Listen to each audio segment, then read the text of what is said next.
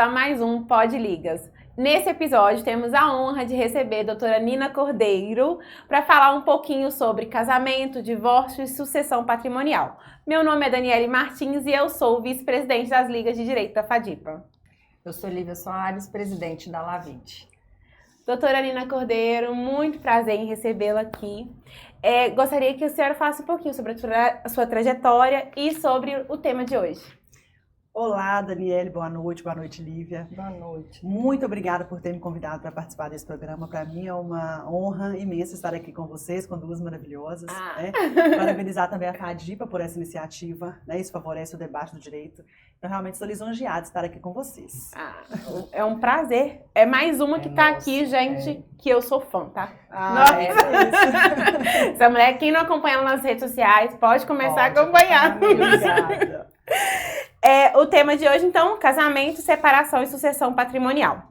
Muitas pessoas casam sem entender o regime de bens. Muitas pessoas se divorciam e não entendem o que isso juridicamente vai fazer. E muitas famílias enfrentam grandes conflitos quando chega o momento do inventário. Então é isso que vamos falar aqui um pouquinho hoje. Doutora, o que a senhora tem para falar para iniciar o tema? Olha, para iniciar esse tema, né, de divórcio, de inventário, digamos assim, do casamento ao falecimento, né, eu acho que o ponto central se chama regime de bens. Então a gente pode começar introduzindo com quais os tipos de regime de bens que nós temos hoje na nossa legislação, né, para a partir daí a gente tratar sobre divórcio e sobre inventário, porque o regime de bens é que vai direcionar todas as regrinhas nas duas hipóteses. Né? Isso é muito importante. Então, é isso. Vamos começar do ponto principal, né? E eu acho que as pessoas não entendem o que é um regime de bens. Porque tem aquele convencional que as pessoas nem sabem, só tá lá e meio que escolheram para elas. Mas o que é o regime de bens e como ele funciona? Veja bem, Daniele, hoje nós temos na nossa legislação alguns regimes de bens. Separação convencional, que é aquele regime que o casal escolhe que quer se casar no regime da separação. Separação obrigatória, quando a lei obriga a casar no regime da separação, naqueles casos de condições suspensivas do Código Civil. Você deve lembrar, por exemplo, os maiores de 70 anos, não é isso? Apesar de que agora os maiores de 70 anos podem escolher o regime de bens se quiserem, mas a separação, o regime de bens, se eles não optarem por qual que eles vão querer, ainda obrigatória vai ser a separação que a lei vai impor, o regime de bens que a lei vai impor. Mas nós temos aí, então, se eles não escolherem um pacto, quem estiver acima de 70 anos vai se casar no regime da separação obrigatória. Aquelas pessoas que ficaram viúvas e não fizeram o inventário do cônjuge falecido e vão se casar novamente, tem que se casar no regime da separação obrigatória. Aquelas pessoas que se divorciaram e não fizeram a partilha de bens do divórcio anterior, se essas pessoas forem se casar, a lei obriga que elas casem-se no regime da separação obrigatória. Temos então, já falei do regime da separação convencional, a obrigatória, o regime da separação final nos aquestos, que na verdade é um regime aí, para quem estuda direito, dificílimo de compreender. Não, até o nome é difícil. Até o nome. Inclusive, a nossa reforma do Código Civil, o anteprojeto da reforma, já vem para poder tirar esse regime, né? Que ele é pouquíssimo utilizado e pouquíssimo compreendido também. Nós temos o regime da comunhão universal, que é quando se comunicam todos os bens antes do casamento ou depois do casamento, e o regime da comunhão parcial de bens, que é o regime mais comum, que a gente também fala que é o regime legal, que é aquele regime que a lei impõe para aqueles cônjuges que não escolhem um regime diverso, né? Então, aí, obrigatoriamente, tem que fazer um pacto extranupcial para aqueles cônjuges que não se casam no regime da separação, da comunhão parcial de bens. E também tem uma possibilidade que pouquíssimas pessoas sabem, que é a criação de um regime próprio. A lei não proíbe o casal de criar um regime próprio. Então, é possível criar, por exemplo, um regime híbrido, onde o casal pode optar. Tal bem não vai entrar. Ou então, nós vamos nos casar no regime da comunhão parcial de bens, mas em relação à minha empresa ou à empresa que eu vou constituir, vai ser o da separação de bens. Tem essas possibilidades de nós colocarmos e fazermos um regime misto. Tá? E muita gente também não tem conhecimento. Né? Mas, basicamente, o regime da comunhão parcial é o mais comum. Legal, né? Legal demais esse final, né? Eu mesmo não tinha conhecimento, assim, dessa possibilidade do híbrido. Sim, os cartórios também não costumam, né, fazer muito esse regime. Normalmente é quando as partes já têm conhecimento, já procuram um advogado para fazer um planejamento matrimonial e de acordo com a realidade delas ali, o advogado percebe que tem uma realidade que convém colocar ali o regime híbrido e aí leva-se ao cartório. Mas normalmente também não é comum o cartório nem explicar que existe a possibilidade de fazer um regime híbrido. Não, é muito isso, né? Ninguém explica o que é o regime de bens, né? Você vai casar e tá lá um negócio escrito na sua certidão, mas o que aquilo vai gerar e o quão importante é aquilo, as pessoas realmente não sabem. Perfeito. O máximo, assim, que eu percebo que as pessoas têm um conhecimento o regime da comunhão parcial de bens é aquele que tudo que adquire do casamento para frente é meio a meio. Uhum. As pessoas têm essa noção. Uhum. E tem a noção também de que o regime da separação de bens, o que tiver no nome dele é dele, o que tiver no meu nome é meu. Isso as pessoas sabem. Agora, as pessoas não sabem, por exemplo, que no regime da comunhão parcial de bens, que é esse mais comum, quando há o falecimento, a regra muda. Então, se eu tenho um bem que é antes do meu casamento e eu faleço, mesmo sendo um bem anterior ao meu casamento, o meu cônjuge vai ter direito de ser herdeiro. Uhum. Porque aquele meu bem é um bem particular meu. E muita gente não sabe. Uhum. E aí, por exemplo, tem um filho do primeiro casamento, o filho fala assim, não, mas meu pai era casado no regime da comunhão parcial de bens e o que vocês adquiriram do casamento até aqui foi um apartamento. Aquele bem anterior, você não ajudou, fulano, um exemplo. Uhum. Né? Só que a cônjuge sobrevivente vai concorrer com esse filho nesse bem particular. Então, ela vai ser herdeira desse bem particular. Não, algo sobre o regime de bens que eu lembrei aqui, que você estava falando, e aí eu lembrei. Uma vez eu escutei algo muito interessante, que foi assim, eram dois jovens, iam casar, e aí veio me perguntar sobre regime de bens, a gente não entende muito e tal. Foi o homem que veio me perguntar. Aí eu tô assim, eu acho que o melhor mesmo é a separação parcial, ela já tá aí, né? É mais fácil de entender e tudo, não causa muita confusão mental. Aí ele tá assim, mas eu acho que ela não vai aceitar, que a gente é da igreja e ela só aceita se for comunhão total de bens. Porque a gente vai dividir tudo. Eu fiquei assim, gente, mas que pensamento interessante. Tem muita gente que pensa assim, né? Tem até aquele famoso Thiago Nigro, mas a Maíra Cardi casaram no regime da comunhão universal. Hoje é pouquíssimo comum, né? Pouquíssimo. Mas, ou seja, esse regime da comunhão universal, ele abrange também os bens anteriores ao casamento. E também aqueles bens advindos de doação ou herança. No regime da comunhão parcial não pega, mas o da universal pega. Tá? Então vai depender muito da realidade do casal e da expectativa do casal também com aquele casamento. Agora uma pergunta, essa questão do híbrido, como que isso está na lei? Na lei fala que não é proibido aos cônjuges estipular um regime diverso daqueles que estão ali elencados. Okay. Entendeu? Então se não está proibido, é permitido. Permitido. Aí uma pergunta assim, o pacto antinupcial. Por que ele é tão importante? Hoje a gente vê muito falando sobre isso, né? Porque isso impacta diretamente na questão patrimonial do casal, né? Sim, com toda certeza. O pacto antinupcial, ele é um contrato que os cônjuges vão fazer, né? Na verdade, enquanto nubentes ainda, porque você faz ele antes do casamento, por isso que é antinupcial. Faz ele no cartório de notas e ali você vai entender quais são as regras daquele casamento. Ou seja, naquele pacto antinupcial, você vai ter um contrato e a partir dele você vai saber qual que é a previsibilidade dos bens, de como que vai ocorrer aquela partilha. Então, exemplo, você faz um pacto antinupcial e já estipula ali que em relação ao bem tal ou tal não vai comunicar ou vai comunicar, né? E naquele pacto também, é muito importante a gente dizer, não precisa ser só questões patrimoniais. Nós podemos constar também questões extrapatrimoniais, como, por exemplo, multa por traição. Não, é isso que eu ia falar uma agora. possibilidade Porque as também. pessoas também não sabem que e nesse contrato que também fala sobre a multa de traição. Exatamente. É perfeitamente possível a gente estipular cláusulas que não são patrimoniais. Mas normalmente se utiliza mais para questões patrimoniais e é importantíssimo também para que os cônjuges tenham previsibilidade e segurança do que vai acontecer naquele casamento. Então, quando um casal faz um pacto, a gente já percebe que ali já houve uma orientação. Né? Quando faz aquele pacto judicial onde ele descreve como que vai acontecer a partilha dos bens, né, no futuro divórcio. Então, realmente, é muito importante, é um instrumento, inclusive, de planejamento sucessório. Porque quando você faz um pacto, você já está prevendo como que, né, todas as questões ali vão acontecer, no caso de divórcio e no caso de morte. Ninguém vai ser surpreendido depois. Eu acho que além de assessoria, né, que já mostra que eles vêm já instruídos, tem também o financeiro, né, porque um pacto antinupcial não é barato. Daniele, não é tão caro assim, tá? Não é tão caro assim para fazer um pacto antinupcial, não. As custas cartoriais do pacto antinupcial, ela não vai levar em consideração o patrimônio que está sendo colocado ali, não. É um valor de pacto mais fixo, entendeu? Não é como você vai fazer uma escritura de divórcio, compartilha de bens, de inventário, né? Porque é isso que a gente ouve, né? Ah, eu não vou fazer não, porque deve ser caro.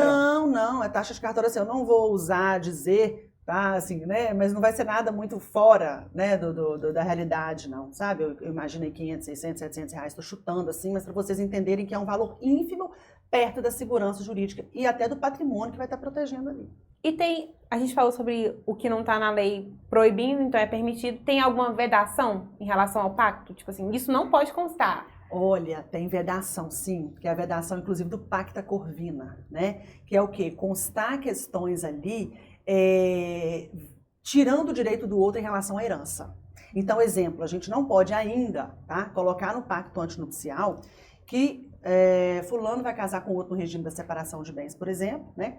E no regime da separação de bens, a gente sabe que o cônjuge vai ser herdeiro, ele não vai ser meeiro, mas ele vai ser herdeiro nos bens particulares, que na verdade são todos os bens, serão particulares, não haverá bem comum. A gente não pode constar ali, por exemplo, que fulano não vai ser herdeiro de ciclano. Entende? A gente pode constar no pacto diversas coisas, mas a gente não pode tirar o direito do outro de suceder. Até temos aí algumas correntes mais modernas que falam assim, gente, o Código Civil tende a mudar isso, o cônjuge vai deixar de ser herdeiro necessário, então faça um pacto antes, prevendo isso, porque depois, na eventualidade da lei estar vigente, aquele pacto ali já vai resguardar. Mas tem muitos cartórios que não aceitam fazer, entendeu? E o CNJ até tem orientado também não fazer nada nesse sentido. Mas aí também é tirar o direito do outro, né? Não é legal. Mas às vezes o outro até conversa em algumas relações, por exemplo, Daniela, principalmente em famílias recompostas, em que tem filhos, os dois, cada um tem os seus filhos, por muitas vezes eles têm preocupações de como que vai se dar aquela herança ali, aquela divisão depois lá na frente. Família recomposta. Famílias, os seus, os meus e os nossos. Gostei. É isso aí. Então, assim, tem realidade, tá? Que pode ser favorável, mas hoje ainda não tem essa possibilidade. Você até consegue diminuir a parte do cônjuge de herdar, né? Você coloca ali a parte disponível do dono do patrimônio, ele pode ali 50% dispor para quem ele quiser, então ele consegue ali diminuir 50% que o outro teria direito, mas ele não consegue tirar por completo. Então tem essas vedações no pacto, né? Tudo ali também que ofende a dignidade humana, algum direito constitucional da pessoa, não pode constar. Mas em regra, direitos disponíveis a gente pode colocar no pacto que não tem problema nenhum. E em relação ao pacto, o que acontece no caso, qual que é o maior efeito assim de não fazer o pacto antinupcial? Olha, depende muito da realidade do casal. Se, por exemplo, o regime da comunhão parcial de bens, que é o regime legal, né, atender àquela realidade do casal, vou dar um exemplo, um casal novo que está começando a vida agora, nenhum dos dois tem bens, não vai fazer o pacto antinupcial, que é o regime legal, e não vai ter nenhum impacto não ter o pacto antinupcial. Né? Agora, eu vejo que tem impacto a ausência do pacto antinupcial naqueles casos em que a pessoa entra naquele casamento desconhecendo que ela poderia ter escolhido o regime de bens diverso, que naquele caso dela talvez fosse mais recomendado um outro tipo de regime. E aí eu vou te dar um exemplo. Às vezes um casal empresário, tá? O homem empresário, a mulher empresária. Talvez o homem arrisca mais, ou vice-versa. Endivida mais, faz muito financiamento. É aquela pessoa que arrisca e não está muito assim, ligando das consequências. E, às vezes, vivendo a vida perigosamente. Perigosamente. Às vezes o outro é mais conservador e não quer que os seus bens sejam impactados pelo negócio do outro. É uma possibilidade, gente. Então vamos pensar no regime da separação de bens para cada um ter o que for seu de forma separada? É uma realidade, entendeu? E aí, nesse caso, as dívidas do cônjuge que arriscou mais pode atingir o outro. Pode atingir o outro, né? E aí, por exemplo, também nós temos um caso, por exemplo, de uma mulher que entra no regime da separação de bens com o homem. E aí ela fica ali a vida inteira com aquele homem no regime da separação de bens. Ah, porque na época ele falou que era melhor, porque ele tem uma sociedade com os irmãos e não queria que isso influenciasse na empresa. E falou assim que era melhor a gente casar no regime da separação. Ou então, ele tem mais condição de vida, o pai dele é empresário, e falou com ele que aqui em casa todo mundo só casa no regime da separação. Pode acontecer? Já viram esse episódio? Algumas vezes. E aí, o que acontece? Essa mulher passa uma vida inteira com esse homem, dedica-se ao lar, dedica-se aos filhos. Por muitas vezes ela não consegue ir para o mercado de trabalho. Não tem patrimônio próprio. Não tem patrimônio próprio, porque durante o casamento também tudo foi colocado no nome dele. Sai desse casamento num divórcio, sem direito aos bens. E aí, por desconhecimento do regime de bens? Talvez não, porque ela assinou o pacto nupcial, né? Mas por falta mesmo dela não colocar a realidade, né? O que de fato ela gostaria que fosse na hora daquele casamento. Mas é um problema do regime de bens que ela escolheu lá atrás. Entendeu? Nossa, e aí é aquilo, né? Tá causando efeitos lá na frente. Exatamente. Então, é o início do problema futuro. Exatamente. Ela tendo conhecimento disso, talvez ela pode remediar, por exemplo, no decorrer do casamento, ele já comprar bens e colocar no nome dela, é uma possibilidade. Ou comprar bens em copropriedade. Ela não vai ser meieira, mas, por exemplo, ela vai ter um percentual em determinado bem. Então, esse conhecimento, se ela tiver, já dá para resguardar bastante prejuízo. Mas o que a gente tem, assim, vê na sociedade é o quê? A pessoa pensa em casar e que a vida vai ser para sempre muito linda, né? Aí cai nessas bobeiras, eu acho. E acontece assim, que infelizmente, né, ou felizmente, né, o casamento ele vai acabar de uma forma ou de outra. Seja pelo divórcio, seja pelo óbito. Não tem outro caminho. O casamento, em algum momento, ele vai acabar. É certo. Né? Então, a gente tendo consciência disso, a gente já planeja pelo menos o básico, já vai ser bem interessante, né? Então, você já vai saber como que vai acontecer no caso de divórcio, como vai acontecer no caso de óbito. Você tendo esse conhecimento mínimo, você já evita muito problema nos piores momentos da sua vida. Que é, na verdade, você evita mais problemas, porque o problema já está ali, né? Instalado. Mas o que vai acontecer, vai acontecer. Então, a gente tem que parar de achar também que as coisas não têm fim, né? Esse é o problema, que eu acho que a gente acha que nunca vai acabar nada, né? Exato. O pra sempre, eles acham que é pra sempre mesmo. Não tem jeito, tem que tomar essa consciência que um dia o casamento vai acabar, de uma forma ou de outra, né? Até aqueles mais lindos e maravilhosos. Algum dia o óbito vai vir um dos dois e vai ter consequência jurídica ali para a família. E sobre esse casamento acabar, agora vamos falar da forma prática, uma das formas, o divórcio. O divórcio e os conflitos patrimoniais, né? Sim. Então, assim, pergunta. Hoje a gente sabe que o divórcio, ele é relativamente comum, Sim. né? Sim. Mas muitas pessoas ainda se surpreendem com as consequências jurídicas. Sim. E aí a pergunta é, quais são os principais conflitos patrimoniais que surgem no divórcio? Olha, no divórcio que eu percebo, os principais conflitos são definir quais bens que entrarão naquela partilha. Em regra, isso deveria ser simples. Pelo regime de bens, os bens que vão entrar são aqueles que foram adquiridos na constância do casamento, no caso do regime da comunhão parcial, na universal, aqueles que foram adquiridos pelos dois independentemente da época, a separação que tiver no nome de cada um. Então, o divórcio, em regra, deveria ser simples. Mas, acontece que, por vezes, a mulher ou o homem não sabe qual o patrimônio que o outro tem. Por vezes, o patrimônio de um ou de outro é colocado no nome de terceiros, por diversos fins. Às vezes, tem dívida em nome daquele casal ou em nome de um dos dois, e aí não querem deixar ser localizados. Colocam os bens em nome de terceiros. Bens irregulares. Então, digamos assim, os problemas principais do divórcio não é a partilha em si, é por muitas vezes saber quais bens que serão partilhados. Entendeu? Outro exemplo, bens subrogados. Às vezes a pessoa tinha um bem antes do casamento, durante o casamento comprou um outro bem com o produto da venda daquele anterior, mas não fez prova de que aquilo ali é produto de subrogação, que ele poderia compensar. Aí depois no divórcio ele vai querer compensar, mas não tem provas. Outro exemplo, empresas. Então, no decorrer do casamento ali, um dos dois adquire cotas empresariais. E aí, quando for divorciar, vai partilhar as cotas. Mas qual que é o valor daquela empresa? Isso é um campo imenso para conflito. Tem divórcios que são infindáveis para poder apurar. E quando a empresa ela é adquirida através de doação? Quando é adquirida através de doação, se for o regime da comunhão parcial, por exemplo, não vai comunicar com o cônjuge, com outro cônjuge, né? Agora, se for o da comunhão universal, vai se comunicar. Agora, se for uma empresa que você adquire onerosamente, né, comprando as cotas, vai comunicar. Só que aí o outro cônjuge, por exemplo, não está no contrato social. Ou seja, ele não é sócio daquela empresa, mas ele é sócio do sócio. Entendeu? Porque ele é casado, né? Mas, por vezes, não consegue se apurar qual que é o valor real daquela empresa. Vocês também já devem ter visto muito isso. Então, isso é campo de conflito numa ação de divórcio, que a gente vê todos os dias. E eu acho que para todo esse conflito, acho que a gente tem uma tangente, né? Que é a informação e o planejamento. Exatamente, a informação e o planejamento. Não é deixa a vida me levar durante o casamento, não.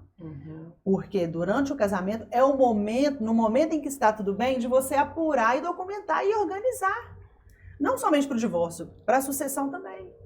Aquela empresa está no nome do fulano, o fulano está realmente no quadro social, ele está como um sócio oculto, mas na verdade é ele que coloca dinheiro ali. Vamos organizar? Ah, aquele imóvel foi comprado, só na escritura não registrou, vamos registrar? Está só na compra e venda, não fez a escritura, vamos fazer a escritura para registrar? Está no nome do fulano, vamos resolver isso aqui para colocar? Porque senão depois, no momento do divórcio, está tudo embolado. E a gente não consegue nem trazer aqueles bens ou fazer provas de que os bens efetivamente existem. Mas quando a gente vai explicar isso pra alguém, a frase que vem é: ninguém casa pensando em divorciar.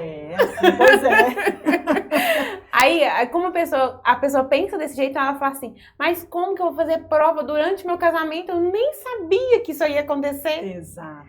Mas é a segurança, não é pensando no divórcio. É a segurança até mesmo para um futuro inventário. Exatamente. Para assegurar o direito dos filhos. Dos filhos também, exato. Para assegurar mesmo o direito de propriedade deles, para poder repassar aos seus sucessores, aos seus herdeiros. Então, essa organização, sem dúvida alguma. É uma complexidade, assim, que as pessoas têm que ter um olhar mais simples, né? Que é, vamos assegurar o direito de todos. Sim, exato. É organizar a bagunça. Enquanto está tudo bem. Porque senão, qual o momento que vai descobrir, ou que vai se surpreender, ou vai ter que sofrer para tentar fazer prova? No pior momento. Seja um ou seja outro. Isso. Esse assunto, ai. E outra pergunta aqui, ó. É isso que a gente falou. Existem situações em que o divórcio pode gerar problemas futuros no inventário. A gente falou aqui também, né? Então, vamos para o divórcio ao inventário. Agora nós vamos avançar um pouquinho e falar sobre o falecimento e o inventário. O que você pode trazer para a gente de forma de conhecimento? Qual é a diferença, né? Em herança, meação? A gente saiu de um jeito de acabar o casamento e já fomos pro outro, né? Sim. A herança é aquilo que está no nome do falecido e tem que ser transferido aos seus herdeiros. A meação é aquilo que o cônjuge sobrevivente tem direito por conta do regime de bens. Qual é a meação dele? Qual é a metade que ele vai ter dos bens? Quais bens são comuns do falecido e do cônjuge sobrevivente? Aí a gente tem a meação dos dois. Herança é aquilo que é do falecido. Então, exemplo, o falecido tem 50% de um apartamento no nome dele. Aquilo vai ser herança dele. Vai ser transferido para quem? Depende. Temos descendentes? Vai ser transferido para os filhos. Qual que é o regime de bens? Aí a gente vai saber. Foi adquirido antes do casamento, depois do casamento? Aí a gente vai saber se o cônjuge vai ou não concorrer junto com os herdeiros. Mas, em regra, meação, vocês entenderam, a metade do cônjuge e herança é aquilo que está no nome do falecido, que vai ser partilhado ali entre os seus herdeiros. Não, mas a gente fala, parece muito simples, né? Aí na hora da herança é uma briga, uma confusão. É isso. Ou seja, tudo depende lá do início, né? Depende. O início já ajuda muito pelo regime de bens por conta da previsibilidade, né? Agora, lembrando, o inventário nem sempre ele vai ser complexo, nem sempre ele vai ser caro e nem sempre ele vai ser demorado.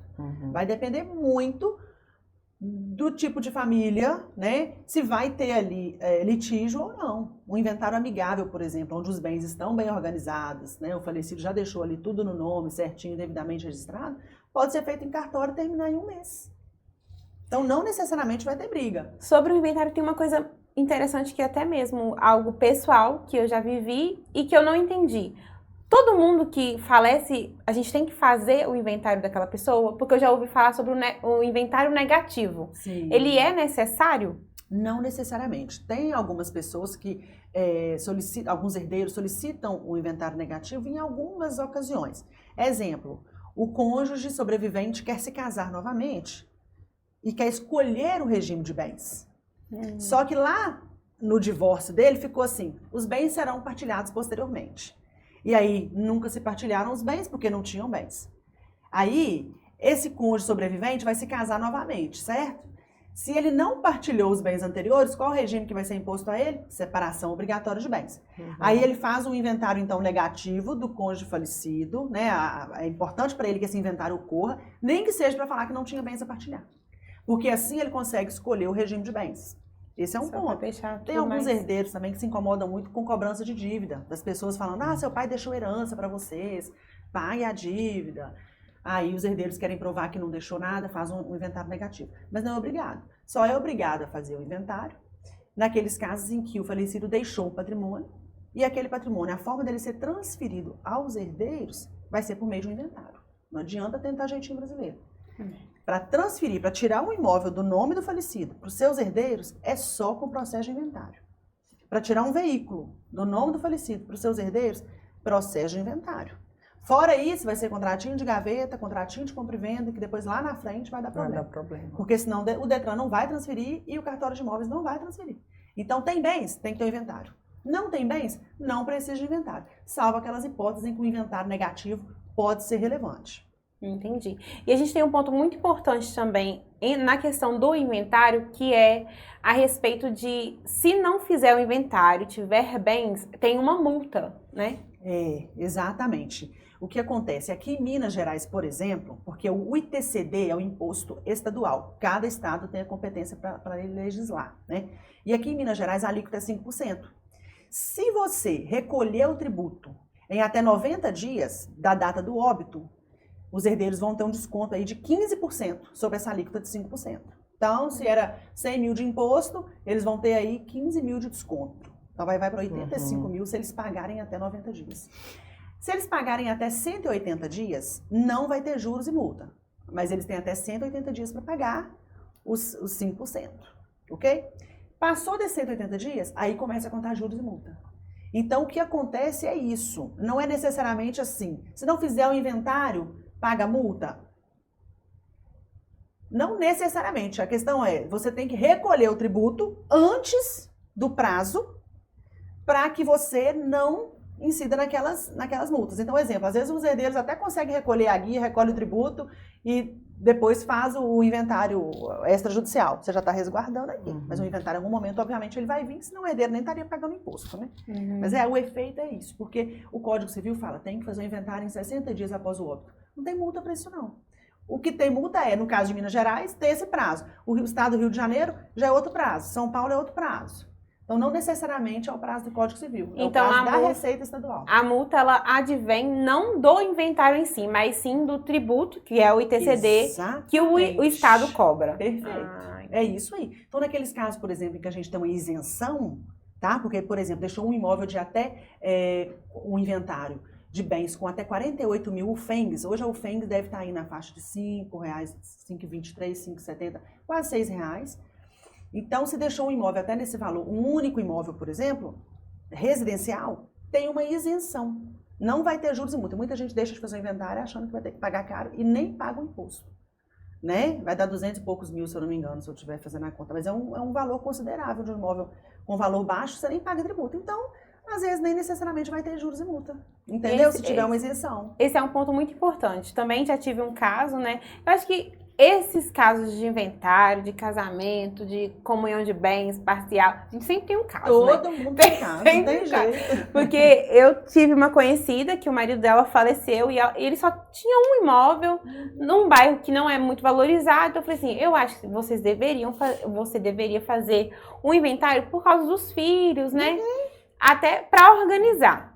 Aí falou, não vou fazer não, na época eu trabalhava no escritório que trabalhava com isso, até começou a dar andamento, mas aí desistiu. Olha isso. Aí tá lá irregular, eu falei assim, ai meu Deus do céu, Pois se acontece alguma coisa, dá um problemão. Isso, e às vezes aí, ao que tudo indica, ela poderia ter a isenção por conta do valor do imóvel, é um único imóvel residencial, e ela também poderia ter até a justiça gratuita, né, a depender, faz no judicial, porque no extrajudicial tem que recolher custas, mas faz no judicial, recolhe, vai ter isenção também pela justiça gratuita, se for um único bem, ela comprovar que reside ali e que não tem condição financeira, tem grande chance de conseguir a justiça gratuita, ou seja, aí ela já derruba 2 grandes gastos do inventário, que é custas e tributo, vai ficar só com o advogado.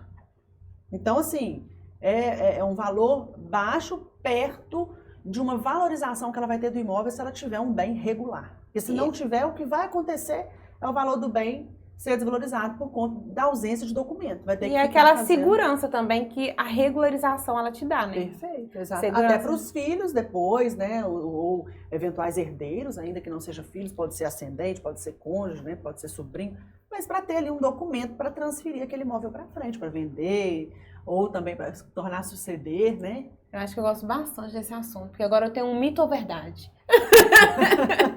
A gente fazer muito muito. Eu gostava, mas eu já não gosto mais desse assunto. A gente tem aquela frase assim, se não fizer o inventário, você vai perder o seu imóvel. Isso é verdade. Tem chance, né? Por exemplo, você não paga um IPTU, né? Você vai deixando as coisas assim acontecerem de qualquer forma. Se não fizer o inventário, você não vai perder o imóvel, mas você vai desvalorizar ele muito. Às vezes você vai vender ele de qualquer jeito, num contrato de compra e venda, né? Então, assim, talvez não perde, mas desvaloriza muito bem. Então, mas às vezes também pode perder. Eventual, por exemplo, herdeiro que está lá de forma exclusiva. Os outros deixam ele ficar lá toda a vida. Pode perder por uso campeão. Então, se não fizer um inventário, pode vir a perder também nessa hipótese. Então, tem várias. Então, isso nem tem um mito ou verdade, né? É relativo. Como no direito, depende. Né? Como tudo depende. Direito, isso. Então, vamos seguir aqui. Doutora, agora a gente vai falar sobre os riscos invisíveis, né? Que o divórcio pode oferecer aí. O divórcio ou a morte, né? Já que as duas formas, o para sempre não parar, né? Se existir. Que seja para sempre até enquanto dure. Vai parar de durar. Em algum momento vai parar de durar. Dá alguns exemplos pra gente sobre essa questão desses riscos que tem, né? A gente já falou muito assim, mas de uma forma mais específica. Quais são os erros mais comuns que as pessoas cometem durante o casamento? Né, que pode gerar algum problema no futuro. Sim, os erros mais comuns é o desconhecimento, né, do regime de bens, a gente começa por ele. O desconhecimento dos bens que foram adquiridos ali em nome de um ou de outro é um risco, né?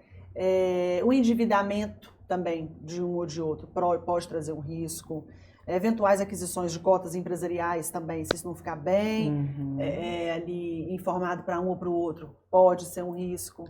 Então, nós temos agora deixa eu te fazer uma pergunta. Lá vem. Caso pessoal. Não, mas a doutora conhece tudo. Como que a mulher, vou falar mais direcionado para a mulher, porque existe mais casos de violência patrimonial no divórcio. Sim, né? Com certeza. Qual é a dica, a informação, o esclarecimento que a doutora pode deixar para essas mulheres? Caminhos que elas podem recorrer de buscar conhecimento desses patrimônios que são adquiridos pelo cônjuge e às vezes ele não fala, entendeu? Com ela, porque tem muito isso, né? Ele compra algo e não fala. Coloca o nome de terceiro. Ou coloca o nome de terceiros, ou engana ela, tipo, comprei uma casa, tá no nosso nome. Mas não tá. Mas não tá. Porque vai depender, quando faz uma compra, também depende da assinatura da mulher. A compra não, a venda sim. A compra não. A compra não. Independente do regime de bem. Independente para comprar, porque se está Isso já é adquirindo, né? Se está adquirindo, pode adquirir, por exemplo, o nome só de quem está comprando, o outro não necessariamente precisa assinar. Ok. Né? Por quê? Porque está adquirindo. Então, ele já tem a metade, né? A mulher, nesse caso aí, já tem a metade daquele imóvel que está sendo comprado. Agora, quando for vender, precisa da anuência, né? Da concordância dela na venda. Mas na compra, não. Então, ainda que ele esconda, mas se ele estiver colocando o nome dele, for imóvel, tá tudo bem. Porque no momento do divórcio, quando fizer o levantamento dos bens, é simples. Vai no cartório de imóveis, lá você já consegue puxar. Mas acontece muito... Porque assim, só pra gente deixar os caminhos que elas podem. Porque acontece muito, o casamento tá ali, tá ruim. O homem tá percebendo que a mulher quer divorciar, ele corre e vende. Se ele nem comunicou que comprou, ele já vai lá, corre e já coloca em nome de terceiros. Ou vende. Se for imóvel, por exemplo, não tem como ele vender sem ela anuir. Porque quando ele colocar que o regime de bens dele é casado, né, que o cartório puxar, já vai pedir necessariamente na escritura a assinatura do cônjuge.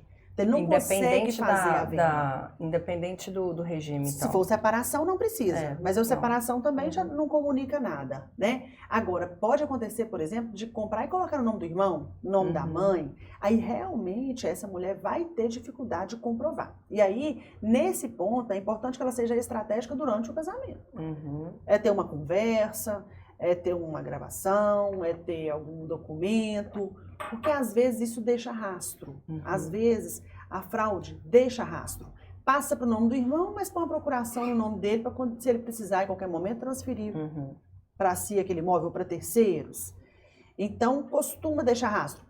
Quando foi pagar para o comprador, para o vendedor, aquele imóvel, quem que pagou? Saiu da conta de quem? Às vezes, em algum momento, ela consegue pegar essas conversas, essas transações. Eu já tive cliente, por exemplo, que o homem, quando ele fazia os depósitos ou fazia as transferências, ele imprimia mesmo aquele imprimia o extrato. Né? Antigamente tinha muito isso. Não, antigamente, são uns 3, 4 anos, mas ela pegou o extrato e tirou prova de que, de fato, ele transferiu para não sei quem, era 200 e poucos mil reais, e tinha lá o comprovante que ele guardou. Então, a gente comprovou a dilapidação. Mas ela vai precisar ser estratégica, Lívia, enquanto ela estiver casada.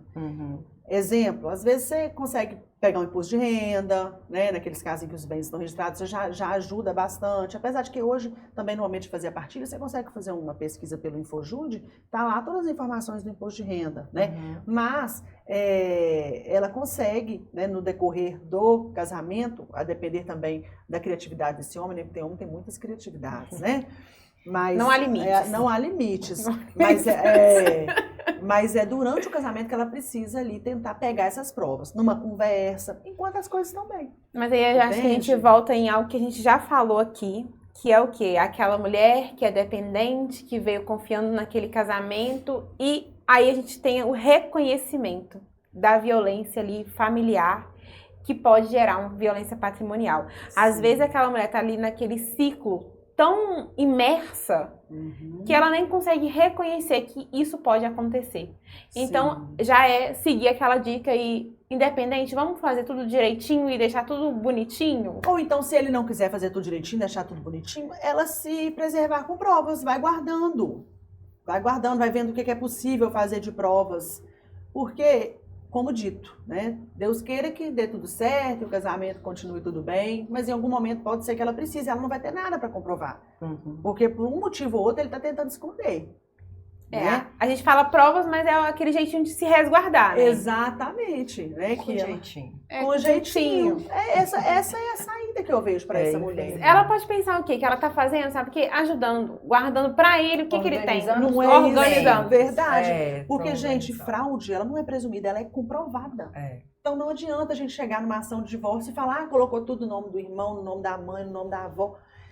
O juiz não vai mandar quebrar sigilo de terceiro se você não comprovar pelo menos um mínimo, indício, né, de alguma coisa. Então, assim, ilações não adianta. O juiz vai ali sempre ouvir os dois lados e ele só vai, eventualmente, tomar uma decisão mais drástica numa quebra de sigilo bancário de terceiro se realmente ela tiver ali provas de que aquilo ali aconteceu. Então, prova que ela tem que fazer no momento que as coisas estiverem bem, para evitar aí um possível prejuízo lá na frente.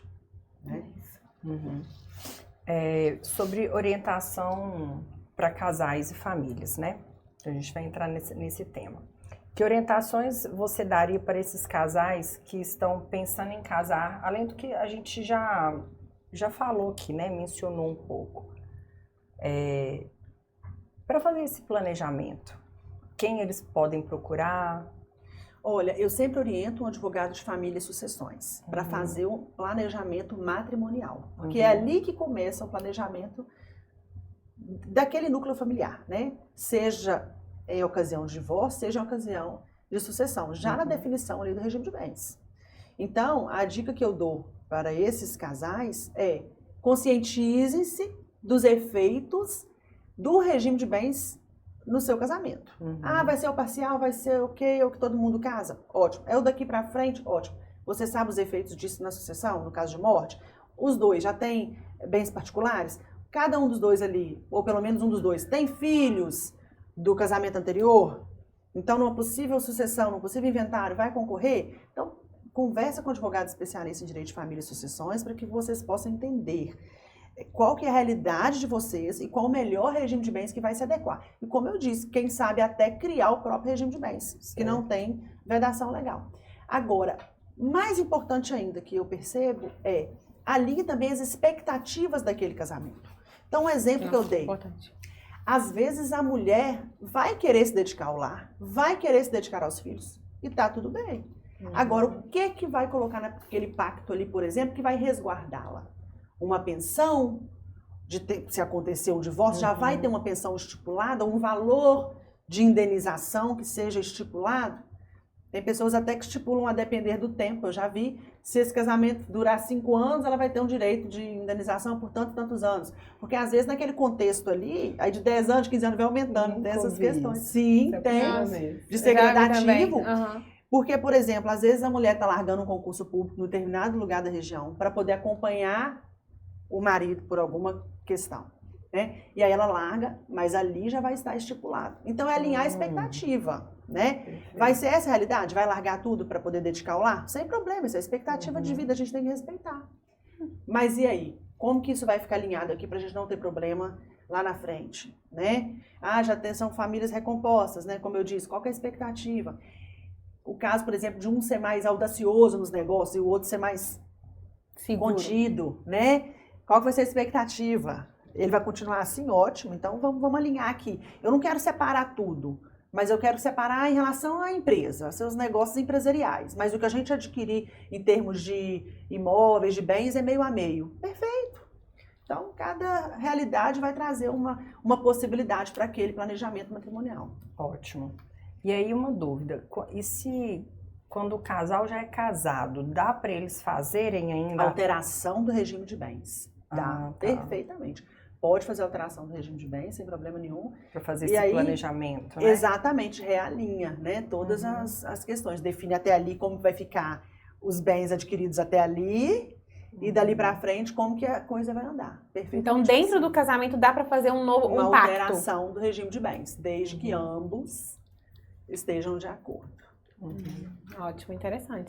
Isso aí eu tinha dúvida se dava ou não para mudar. Dá para alterar e realinhar, né? Exatamente. Às vezes o casamento deu a visão que precisa. Exatamente. Amadureceu, né? E aí mudou também a realidade familiar e hoje faz mais sentido um outro tipo de regime, né? Então, pode perfeitamente alterar a regra do jogo. Sem problema nenhum. Isso é ótimo. Né? O regime de bens ele não vai retroagir. Então, até ali vai ter efeito aquele regime. Dali para frente vai ser de tal forma. Então, é perfeitamente possível alterar. Entendeu? Ótimo. Agora vamos vamos voltar um pouquinho, né, no falecimento. Sim. Ali a gente tem o testamento, a gente tem o inventário, a gente tem o pacto antinupcial, a gente tem todo esse planejamento sucessório. Qual a importância de todos esses documentos, todos esses métodos e planejamento? Veja bem, o testamento, a doação em vida, a partilha em vida, a holding familiar. Todos esses são formas de fazer o planejamento sucessório. O próprio pacto antinupcial também, né? São formas de pensar como vai se dar a sucessão após a morte. Então, são instrumentos que viabilizam aquela família estruturar como que vai acontecer posteriormente. Qual ferramenta que vai ser utilizada? Depende. O seguro de vida, por exemplo, é um instrumento também de planejamento sucessório, a previdência também, particular, né? Pode ser um instrumento. Agora, qual o instrumento que vai encaixar para aquela pessoa, a depender dos desejos dela? Então, o testamento, por exemplo, pode ser muito utilizado para a pessoa, mas ele não vai evitar o inventário lá na frente. O testamento você vai fazer de uma forma que você vai colocar ali qual que é o seu desejo em relação aos seus bens, você vai conseguir ali partilhar qual filho que fica com o quê, para tirar os filhos do condomínio, você evita ali uma briga futura, né? Ou quero que tal herdeiro receba mais do que tal herdeiro, também é possível, né? Que você disponha ali do seu patrimônio até 50% se você tiver herdeiros necessários. Então o testamento pode ser muito válido.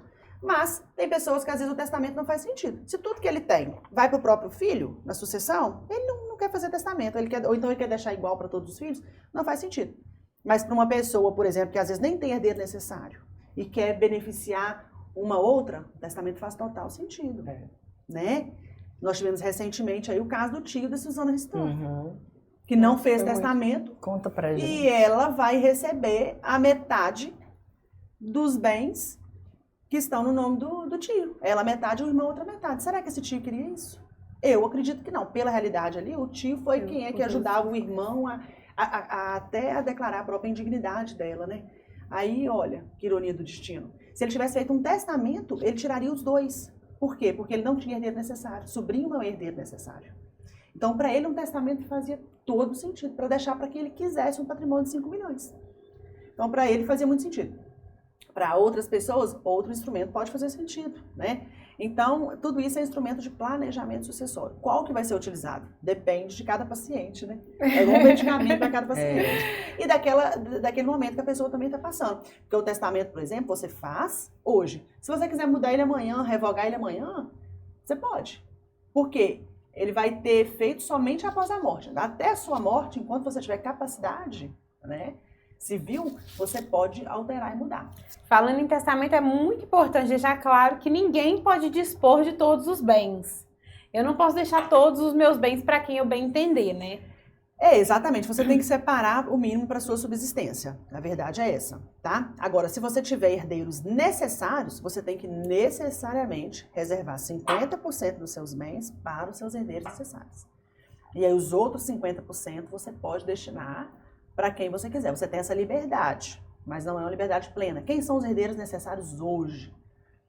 Descendentes, que são filhos, netos, ascendentes, pais, avós, cônjuge ou companheiro, até se não vier a reforma do civil, né, a reforma do Código Civil, cônjuge, companheiro, pronto, esses são os herdeiros necessários, né? Os demais são os colaterais, irmão, sobrinho neto, primo, não são herdeiros necessários. Então, se você não tiver os necessários, você pode dispor dos seus bens como você bem entender, né? Agora, você não pode sair doando tudo que você tem também sem preservar o mínimo da sua subsistência. Então, na hora que você chegar no cartório lá e for fazer a doação, mesmo sem herdeiro necessário, o cartório vai falar assim, você tem alguma reserva, né? Ou vai doar com usufruto. Tem muita gente que faz a doação com reserva de usufruto. Às vezes uma tia que tem um imóvel, tem um bem, quer destinar para algum sobrinho ou para alguém, mas quer ter a segurança de que durante a vida dela ela vai poder usufruir, ou alugar, ou morar naquele imóvel.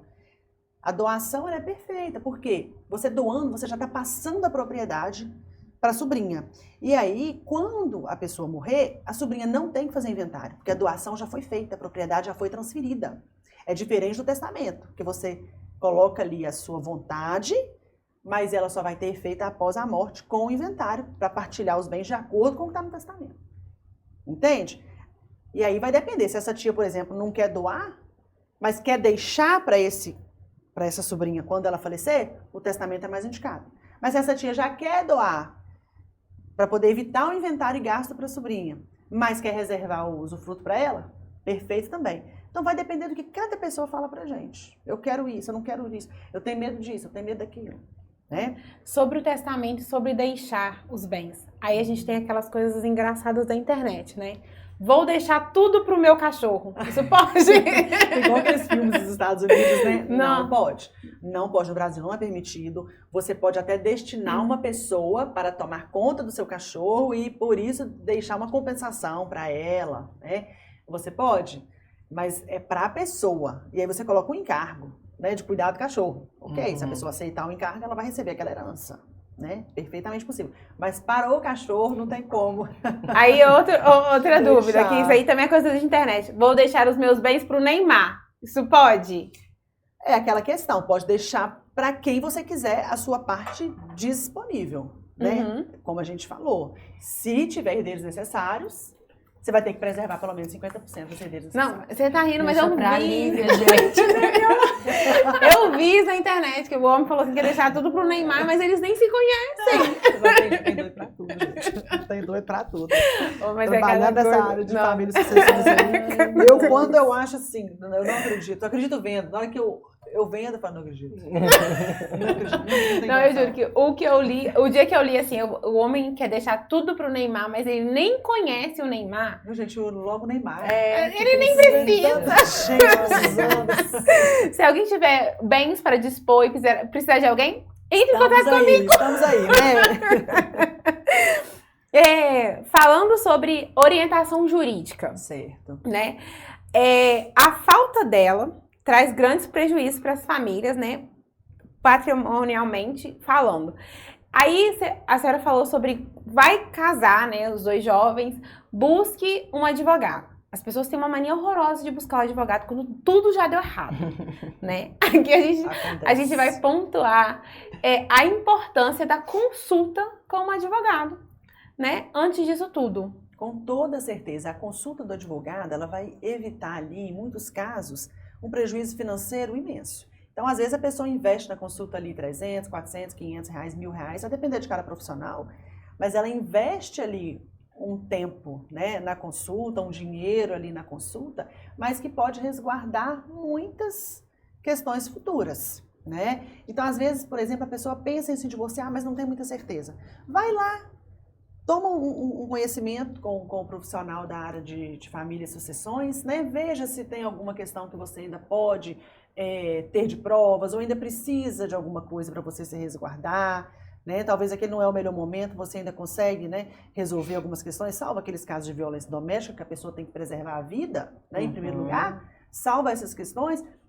É muito importante que a pessoa também, às vezes, espere um pouco, tem ali, né, aquela organização primeiro, as informações pertinentes, ou às vezes também a pessoa, por falta de informação, fica fantasiando muita coisa, e às vezes nem é aquilo que ela está pensando, talvez ela até precise de sair daquele relacionamento, mas fica fantasiando por falta de conhecimento. Tem gente que acha que, por exemplo, sair de casa vai perder direito. Abandono do lar, porque antigamente era assim. Tinha isso, Você, realmente, a gente você ouve saía de muito. casa, você perdia direito dos filhos, você perdia direito dos bens, tinha que ficar discutindo culpa no casamento. Mas não, aí às vezes a pessoa chega no escritório, vai conversar e fala, mas então se eu sair de casa eu não perco direito, não. Não. Mas essa mudança, ela é recente. Ah, não é tão recente assim, não. Não. Nós já temos aí o Código Civil de 2002 para cá, você não discute culpa mais. Mais de 20 e tantos anos já que a gente não fica discutindo culpa. Então a pessoa quer sair de casa? Pode sair de casa. Lógico, você sai de casa, o indicado é que você já entre com o processo para poder resguardar, por exemplo, convivência de filhos, uma pensão alimentícia para os filhos. Mas o fato de sair de casa não vai fazer, por exemplo, perder o direito sobre os bens. Você tem que ver se vai ser estratégico sair de casa. Então, exemplo, às vezes essa mulher não tem lugar para ir, não tem lugar para morar, vai pagar um aluguel. Então, às vezes esse imóvel, por exemplo, não está registrado no nome dos dois ainda. É um imóvel irregular.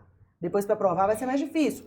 Ok, às vezes não é estratégico, mas você não vai perder direito por sair. Então, o imóvel está registrado, está devidamente matriculado. Você tem para onde ir? Ah, eu tenho, eu vou morar na casa da minha mãe, eu tenho para onde ir, ou então eu tenho outro imóvel que eu consigo ir para lá. Pode ir. Pode ir, sem problema, você não vai perder por isso. Então, a informação e essa consulta jurídica é muito importante para a pessoa também parar de fantasiar as possíveis hipóteses que pode acontecer. Não, aqui é pontuar que o advogado, ele é um parceiro também. Exatamente. Ele não é só a resolução do problema.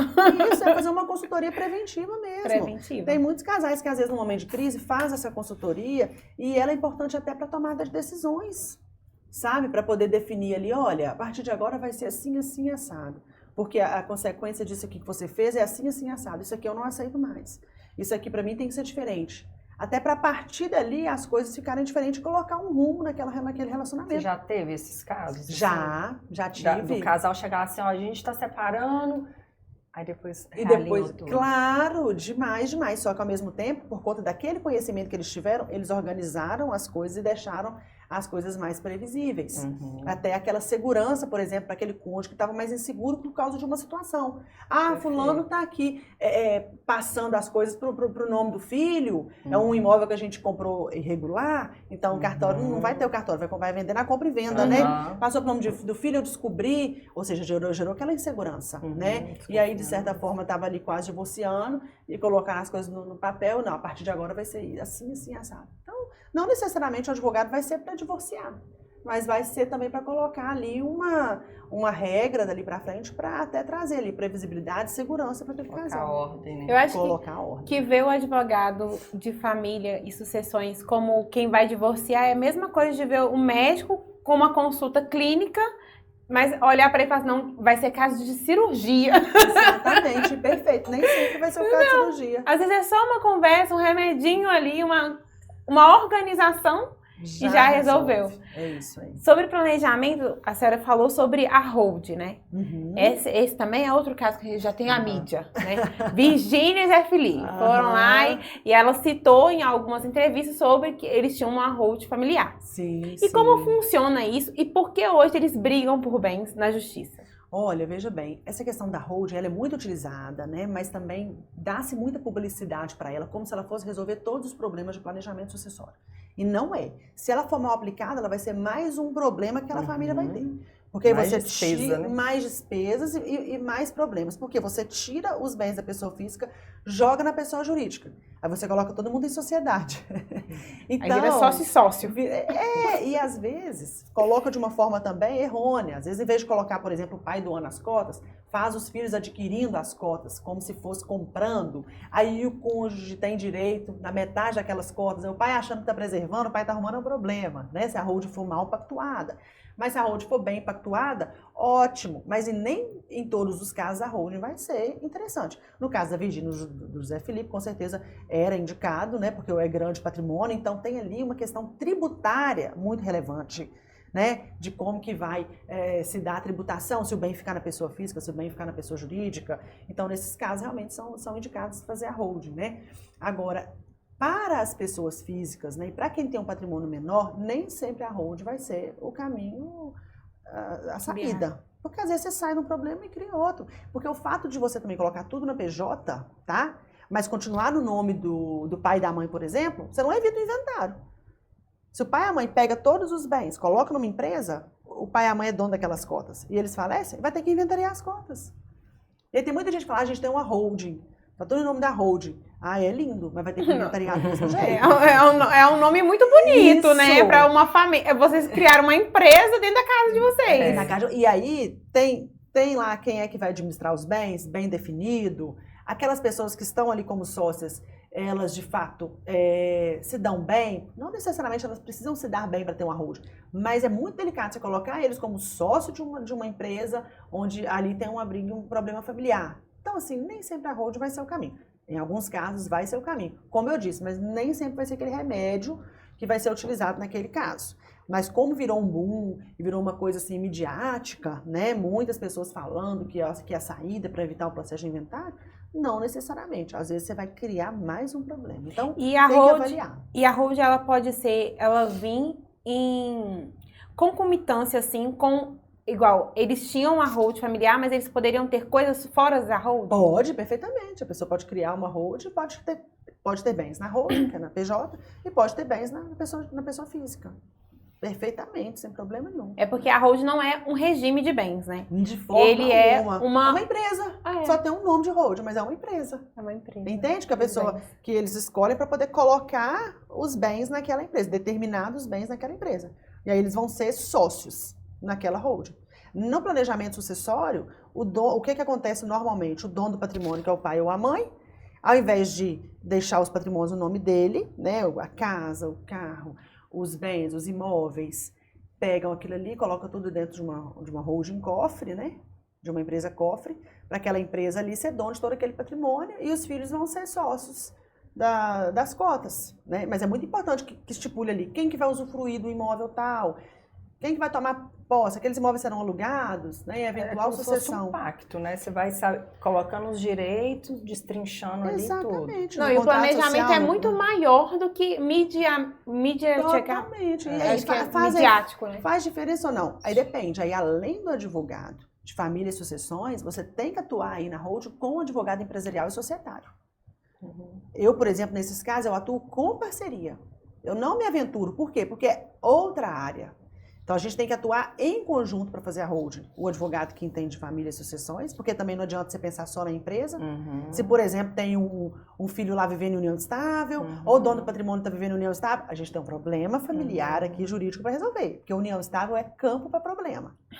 Não está casado no regime, na certidão de casamento, está lá a pessoa ou como divorciada, mas na verdade ela está vivendo união estável. É um outro problema. Então você tem que resolver as questões de família e sucessões, mas resolver também em conjunto com o advogado societário. O que de fato é que ele vai trazer de benefício para aquela família? Quanto de tributo que realmente a gente está evitando aqui? Porque tributo a gente vai ter de qualquer forma. Ou vai ter... Mas tem muita gente que acha que vai fazer hold e que vai se livrar de tributo. Eu fico, gente, não vai. Vai ter o tributo. Informação?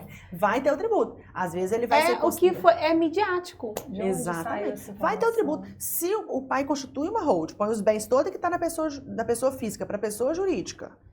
Ok, aí colocou os bens todos lá. Mas as cotas estão no nome do pai e da mãe, né? Que são ali os donos daquele patrimônio.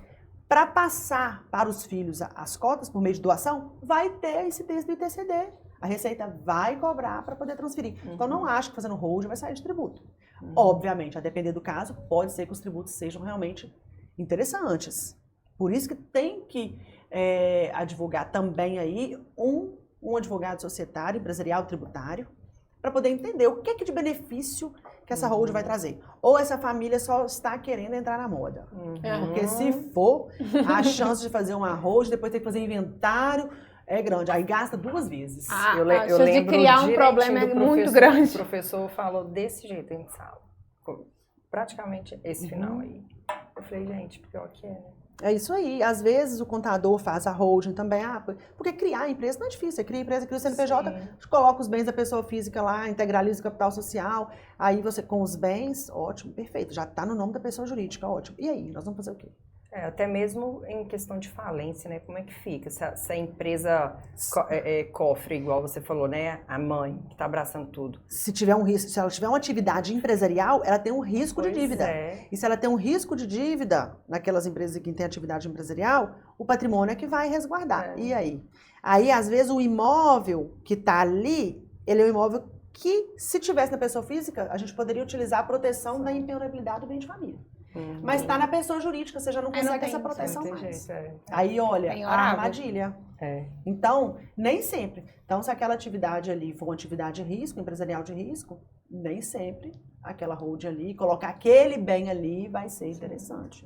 Agora, tem vários casos que é interessante. Tem pessoas que têm vários imóveis, alugam esses imóveis. A gente sabe que no caso do aluguel é interessante você não tributar na PF, você tributar na PJ. Então, tem casos que a holding vai ser indicada. Mas não são todos os casos. Perfeito. Nossa, então é um assunto muito mais complexo, né? E com toda certeza. Pontuando que é muito fácil abrir uma empresa, aí mais uma vez, o advogado nessas horas é muito importante. Muito importante. Preventivamente. Exatamente. Não vai criando uma empresa, não. Perfeito, exatamente isso aí.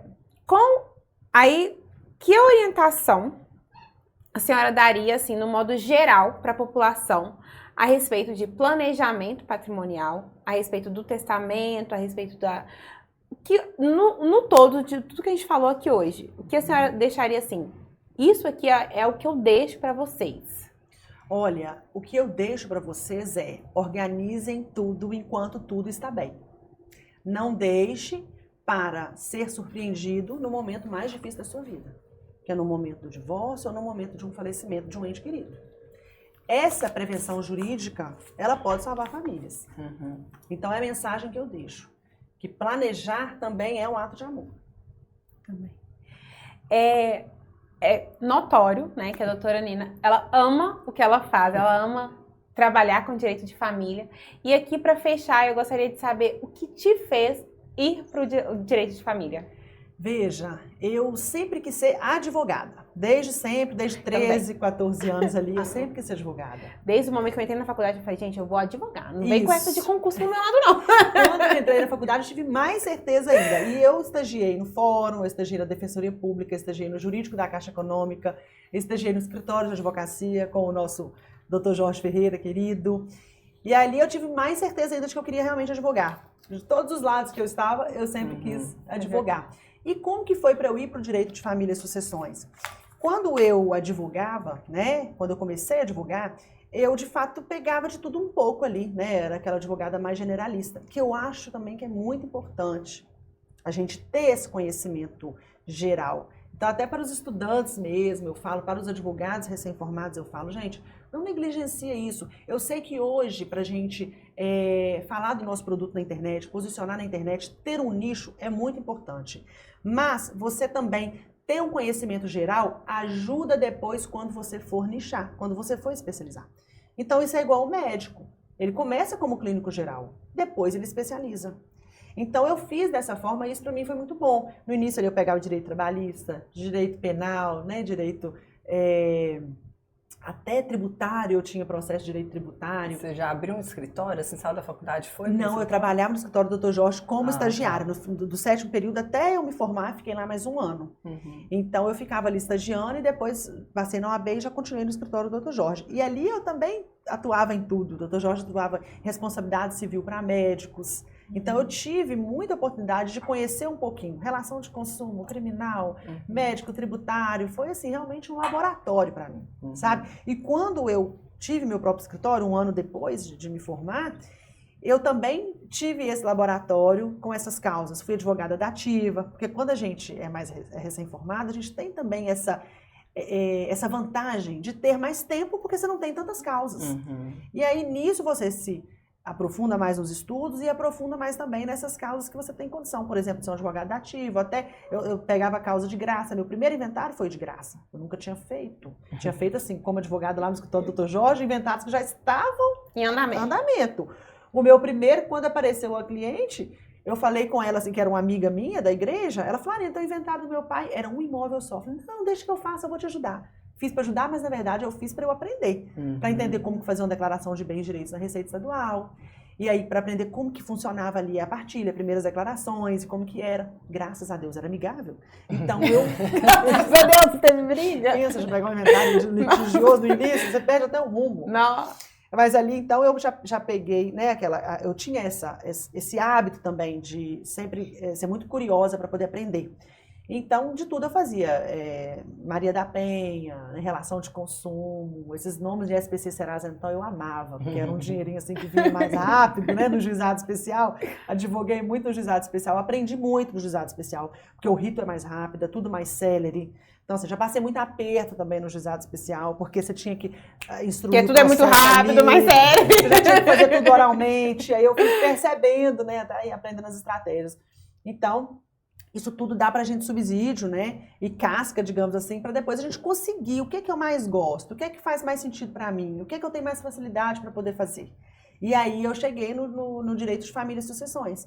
Foi aí onde eu fiz a minha especialização em direito de família e sucessões, porque também comecei a participar de congressos e fui aderindo àquilo ali, gostando daquilo ali, fazendo cursos. E aí começou a ser, então, desde um tempo para cá, assim, de 12, 13 anos para cá, atuo bastante em família e sucessões, hoje quase que exclusivamente. Comecei nichando e fui, hoje praticamente assim, 95% das minhas causas é família e sucessões. As demais eu trabalho mais com parceria. Não, nessa parte a gente acabou de desmistificar também aquilo, né? Quem faz de tudo não faz nada. Não, quem faz de tudo vai se especializar melhor, eu acho. Exatamente, com toda certeza. Tem que ter noção de cada área, né? Porque você tem, igual, você deu um exemplo aí. Você é da área de família, mas para a hold você precisa de uma parceria. Do empresário, do empresarial, do tributário. Sem dúvida alguma. Eu sou advogada de família, mas eu tenho que ter uma noção de como funciona uma empresa. de como que é uma Constituição. E posso te falar assim, fundo do coração, tá? Sim. É tão bonito a gente ver um profissional, né, um advogado, ele assumir isso. Sim. Ter essa humildade de falar assim, olha, eu sou aqui, mas nessa parte aqui é parceria. Exatamente, tem que ser, Lívia. Tem que ser. Porque hoje em dia também, nós temos muitas informações. E o Sim. nosso cliente também tem muitas informações. Uhum. Então, se a gente se aventurar em causas que a gente não domina tanto, a gente pode se esbarrar em uma coisa ou outra, um detalhe ou outro, que às vezes você vai levar um prejuízo ali para o seu cliente, sabe? Mas é aquela questão, né? Ainda que o profissional esteja começando, ou o advogado esteja começando e não tem uma especialização, essa é muito transparente também com o cliente. Olha, eu vou ver, eu vou olhar, e você vê que dá conta, pega a causa, estuda, vê que não dá, faz uma parceria com um colega que tem mais experiência, não deixa te pegar também não, né? Porque ali você vai aprender e você não vai ganhar o seu. Sim. Mas exatamente, a gente tem que ter esse reconhecimento, essa humildade de que até aqui eu atuo, até aqui eu não atuo, aqui eu vou atuar melhor em parceria com fulano. Responsabilidade, né? Responsabilidade. E entender que ninguém sabe de tudo, gente. Nunca vai saber. Até na área da gente, a Impossível. gente se surpreende com novidades, com causas que a gente nunca pegou. É. E aí a gente vai aprendendo no decorrer, mesmo na área da gente. Uhum. Não, eu como estudante mesmo, sempre tem aquele familiar, né, que manda mensagem, você sabe disso? Sim. E essa área aí eu não gosto, de verdade. Mas eu vou fazer a pergunta que um amigo meu que gosta fulano mais. sabe, você tem que ter conhecimento, né? De quem é que vai Nossa, saber vem com responder direito aquilo de ali. trabalho, previdenciário, pro meu lado, fala, não é muito minha área, gente. Gente, no trabalhista eu já passei muito aperto, Não. também nunca gostei muito de direito de trabalho, Como já é? fui, já fiz, já passei aperto, foi bom pra eu poder ter certeza que era aquilo que eu não queria. Eu falo que é igual namorado ruim, você fala, não gente, esse aqui é o que eu não quero pra minha Não. vida, não é assim? Eu tô aprendendo algo que eu não quero, É isso aí. aprendendo a não querer, de verdade, Exato. com toda a força, Mas exatamente. tão importante quanto o que você quer é você ter a certeza do que você não quer. Porque o não também liberta. Não, Ele isso é pra coloca vida. limites, É pra vida. exatamente. Saber o que a gente não quer, o que a gente não aceita é muito importante pra tudo. Exatamente, porque a gente só tem aquilo que a gente tolera, né? É. Então a gente tem que saber, isso aqui eu não aceito, meu limite é aqui. Então na área do direito também, o que a gente não quer, né? Eu não quero, o direito administrativo eu tenho dificuldade, o direito do trabalho também, eu prefiro não mexer. Gente, direito de trabalho, direito Algumas áreas previdenciário, eu dou meu ali uma calcanhar de Aquiles. flertada, direito penal, por exemplo, eu sempre noçãozinha. gostei muito, mas assim, eu também eu trabalhei 2 anos e meio no fórum na vara criminal, sempre gostei muito, mas ainda assim eu atuo com advogados parceiros, né, até pra gente desempenhar melhor o nosso trabalho, desempenhar com excelência. Mas eu tenho um carinho imenso por quem está começando também, e por quem ainda é generalista. Porque, como eu digo, é a primeira escada que você tem para você ter bagagem para depois você especializar. Porque eu vejo os jovens também hoje muito aflitos com isso. Não, Pra é se desmistificando posicionar. que aquela frase que a gente muitas vezes ouve aqui dentro da faculdade que você já tem que sair aqui direcionado. Exato. Porque quem faz tudo não faz nada. Então, gente, claro que não é assim. Exatamente. Eu tenho que pisar em algum lugar que eu Pro- vou falar assim, não, esse aqui eu não domino mesmo. Exatamente. Isso aqui eu não dou conta. Exatamente. Isso aqui é o que eu quero de verdade. Exato. Você vai se tornar bom, excelente no assunto, quanto mais você faz, quanto mais você repetir aquilo ali. Então, realmente, na especialidade, você vai ter essa excelência. Mas até para você chegar lá, você tem que começar. O primeiro ponto aqui embaixo. E tem coisas que são básicas, que você precisa ter o conhecimento para você chegar lá. Porque para você nichar, especializar lá, se você negligenciar muito o básico aqui, às vezes você vai se estrepar em alguma coisa, em algum detalhe lá em cima que você não... Que o básico que faz falta. Faz falta, exatamente. É o óbvio que precisava ser dito e não foi. Exatamente. Então, assim, é importante o estudante, ele sempre também preocupar com isso, sabe? Fazer todas as disciplinas, por mais que ele saiba que um ou outro ali, ele não gosta muito. Ai, nossa, mas tem umas que eu vou, mas eu vou assim, ai, Jesus. É importante. No direito sucessório, por exemplo, a gente tem uma parte de tributário. A gente tem que falar de tributo, tem que entender a competência dos tributos, você tem que saber o que é um ITBI, o que é um ITCD, se vai incidir ITBI ou se vai incidir ITCD, um excedente de meação. Então, assim, você tem que saber o básico ali do direito tributário, as legislações estaduais, as municipais. Então, assim, se você também negligencia um direito tributário, porque eu não gosto, você tem que ter uma noção básica das regrinhas, dos princípios também, das questões tributárias. E o negócio ficou mais profundo? Ok, mas você tem que saber ali o básico. O básico, é a noção. E ali no generalista, você consegue ter a noção básica ter de uma tudo. noção básica de tudo. É isso. Exatamente. Maravilhoso. Tem mais alguma pergunta, Lívia? Eu estou, assim, Nossa. aqui pensando meus pensamentos. Depois eu falo. Não, gente, eu tô aqui assim, meu Deus do céu, que aula. Que Ah, aula. Eu fico lá no muito grupo assim, feliz. gente, esse episódio não foi um episódio, foi uma aula. Ah, que bom, fico feliz, gente. Eu só tenho a Ótimo. agradecer a doutora por ter aceitado o convite. Eu já falei e repito, eu sou sua fã. Porque olha, há muito tempo eu falava assim, nossa, a Nina, gente, olha como que essa mulher se posiciona, olha como ela fala, como ela se apresenta. Então eu acho que a senhora é referência e ter hoje aqui é muito importante pra gente também ter referência, porque eu ouvi alguém, eu falo muito com os alunos que a gente aprende uma coisa dentro de sala de aula, mas ouvir de quem já faz e de quem já faz há muito tempo é diferente. Ver a prática pelo olhar de quem já faz é muito diferente. Que a gente, até aquelas manhas que a gente não aprende na faculdade, a gente aprende ouvindo, né? Parando um tempinho para escutar quem já conhece, quem já atua na área. Então eu só tenho a agradecer, muito obrigada pela presença, que volte mais vezes, vamos conversar sempre, vamos fazer mais episódios. É um prazer gigante te receber aqui. Muito obrigada, tá? De coração também pelo convite. Fico lisonjeada, como eu disse, de estar aqui também com vocês. Parabenizo vocês, a FADIPA, por essa iniciativa. Muito bacana mesmo. E assim, como dito, né, eu tenho um carinho imenso também em vir e compartilhar um pouco da minha vivência.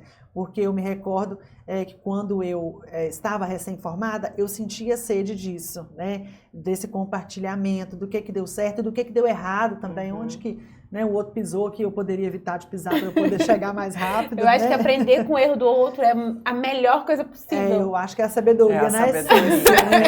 Exatamente isso. Então, assim, contem comigo, tá? Para momentos como este, para oportunidades dessa forma, porque eu também estou aqui para fazer essa troca com vocês. Né? Porque aqui também eu aprendo muito. Muito obrigada. Obrigada, viu, Nina? Volte mais. Temos muitos assuntos ainda para a gente poder conversar. A gente vai ter mais oportunidades. Vamos sim, obrigada, viu? Foi ótimo. Foi, eu que agradeço. Muito obrigada a você que assistiu o nosso episódio. Até mais. Tchau.